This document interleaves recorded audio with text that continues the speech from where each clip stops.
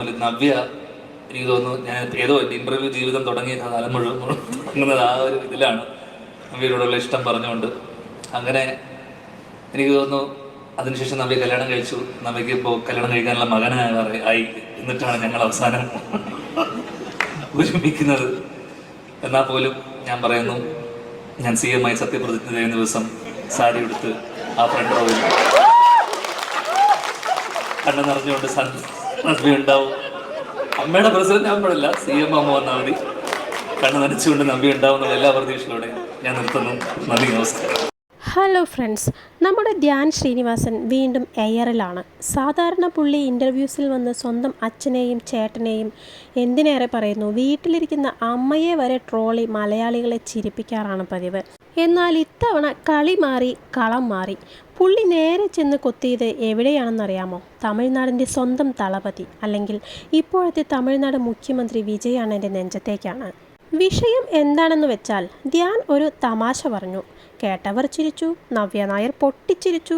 പക്ഷെ തമിഴ്നാട്ടിലെ വിജയ് ഫാൻസും TVK പാർട്ടിക്കാരും ഇത് കേട്ട് കട്ടക്കലിപ്പിലാണ്. ധ്യാൻ മാപ്പ് പറയണം എന്നാണ് അവരുടെ ഒരേ ഒരു ഡിമാൻഡ്. എന്താണ് യഥാർത്ഥത്തിൽ സംഭവിച്ചത്? ധ്യാൻ എന്താണ് പറഞ്ഞത്? നവ്യ കൊടുത്ത മാസ് മറുപടി എന്താണ്? ഇതിനൊക്കെ പുറമെ വിജയ് അണ്ണൻ്റെ സൈഡിൽ നിന്ന് നോക്കുമ്പോൾ ഇതിലൊക്കെ എന്താണ് ഉള്ളത് എന്നതിനെ പറ്റിയാണ് ഇന്ന് ഈ വീഡിയോയിൽ. വീഡിയോ അവസാനം വരെ കാണുക, ചാനൽ സബ്സ്ക്രൈബ് ചെയ്യാൻ മറക്കാതിരിക്കുക. സംഭവം നടക്കുന്നത് ധ്യാൻ ശ്രീനിവാസനും നവ്യ നായരും ഒന്നിച്ചഭിനയിക്കുന്ന വിസിറ്റർ എന്ന പുതിയ സിനിമയുടെ പ്രൊമോഷൻ ചടങ്ങിലാണ്. സ്റ്റേജിൽ മൈക്ക് കിട്ടിയാൽ ധ്യാനിനെ പിന്നെ ലക്കുകെടുന്നത് നമുക്കറിയാമല്ലോ. പുള്ളി അവിടെ വെച്ച് തൻ്റെ രാഷ്ട്രീയ മോഹങ്ങളെപ്പറ്റി സംസാരിച്ചു തുടങ്ങി.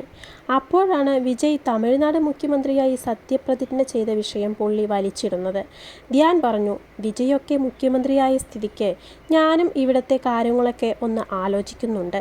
ഒരു 15 വർഷം ഒക്കെ കഴിഞ്ഞ് ഞാൻ കേരളത്തിൻ്റെ മുഖ്യമന്ത്രിയായി സത്യപ്രതിജ്ഞ ചെയ്യും. ഇതുവരെ ഓക്കെ, വലിയ കുഴപ്പമില്ല.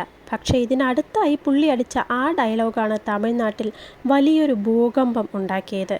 ധ്യാൻ നവ്യ നായരെ നോക്കി പറഞ്ഞു, ഞാൻ അങ്ങനെ മുഖ്യമന്ത്രിയായി സത്യപ്രതിജ്ഞ ചെയ്യുന്ന അന്ന് ഈ വിവാഹിതയായ ഒരു കുട്ടിയൊക്കെയുള്ള നമ്മുടെ നവ്യ നായർ പട്ടുസാരിയൊക്കെ ഉടുത്ത് വിതുമ്പുന്ന കണ്ണുകളുമായി എൻ്റെ സത്യപ്രതിജ്ഞാ ചടങ്ങിൻ്റെ മുൻനിരയിൽ വന്നിരിക്കണം. അതാണെൻ്റെ ആഗ്രഹം.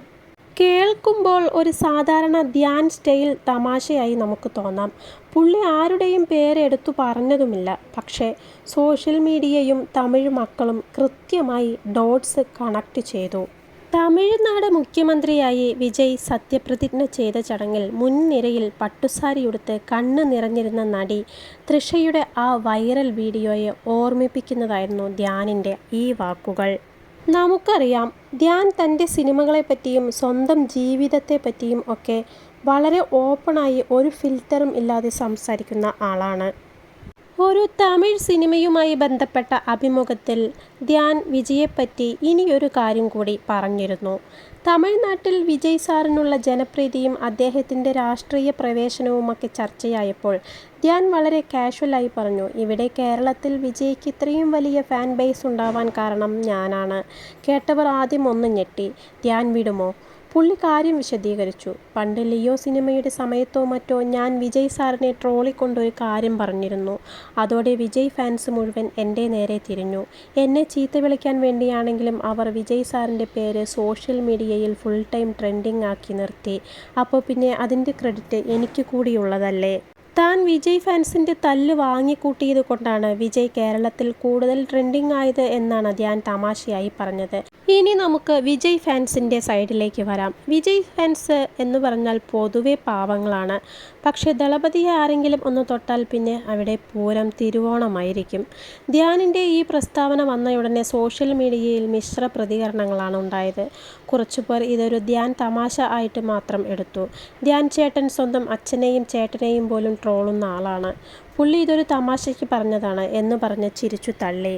പക്ഷേ മറുഭാഗത്ത് കട്ട വിജയ് ഫാൻസ് ഇത് അത്രയ്ക്ക് അങ്ങോട്ട് ദഹിച്ചില്ല. അവർ പറഞ്ഞു, വിജയ് അണ്ണൻ കേരളത്തിൽ തരംഗമായത് പുള്ളിയുടെ കഠിനാധ്വാനം കൊണ്ടും സ്ക്രീൻ പ്രസൻസ് കൊണ്ടും മാത്രമാണ്, അല്ലാതെ താൻ കാരണം അല്ല. ചില ഫാൻസ് പേജുകളിൽ ധ്യാനിനെതിരെ ട്രോളുകളും മീമുകളും ഇറങ്ങി. ധ്യാനിന് അടുത്ത സിനിമ പ്രൊമോട്ട് ചെയ്യാൻ വിജയുടെ പേര് വേണം എന്ന രീതിയിലുള്ള വിമർശനങ്ങളും വന്നു. എങ്കിലും ധ്യാൻ ആയതുകൊണ്ട് വലിയൊരു സൈബർ അറ്റാക്കിലേക്ക് കാര്യങ്ങൾ പോയില്ല എന്നതാണ് സത്യം. ഇനി നമുക്ക് വിജയ് അണ്ണൻ്റെ ഭാഗത്തു നിന്ന് ഇതൊന്ന് ആലോചിച്ചു നോക്കാം. വിജയ് ഇപ്പോൾ സിനിമകൾ നിർത്തി പൂർണ്ണമായി രാഷ്ട്രീയത്തിലേക്ക് ഇറങ്ങിയിരിക്കുകയാണ്. തമിഴക വെട്രിക്കഴകം എന്ന പാർട്ടിയുമായി പുള്ളി ജനങ്ങൾക്കിടയിലാണ്. വിജയ് പൊതുവെ ഇത്തരം തമാശകളോ ട്രോളുകളോ ഒന്നും അത്ര കാര്യമാക്കാറില്ല. പുള്ളിയുടെ ഒരു ഫിലോസഫി തന്നെ ഉണ്ടല്ലോ, ഇഗ്നോർ നെഗറ്റിവിറ്റി. തന്നെ ആര് വിമർശിച്ചാലും ചീത്ത വിളിച്ചാലും സ്നേഹം തരുന്നവർക്ക് വേണ്ടി പുഞ്ചിരിയോടെ മുന്നോട്ട് പോവുക എന്നതാണ് അദ്ദേഹത്തിൻ്റെ ശൈലി.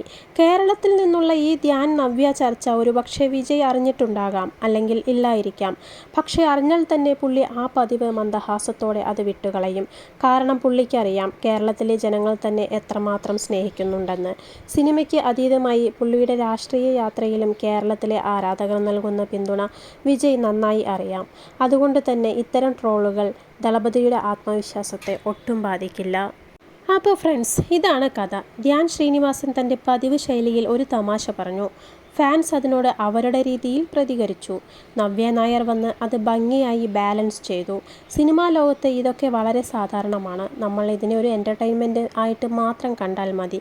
ധ്യാനിൻ്റെ തമാശകളെ നിങ്ങൾ എങ്ങനെ കാണുന്നു?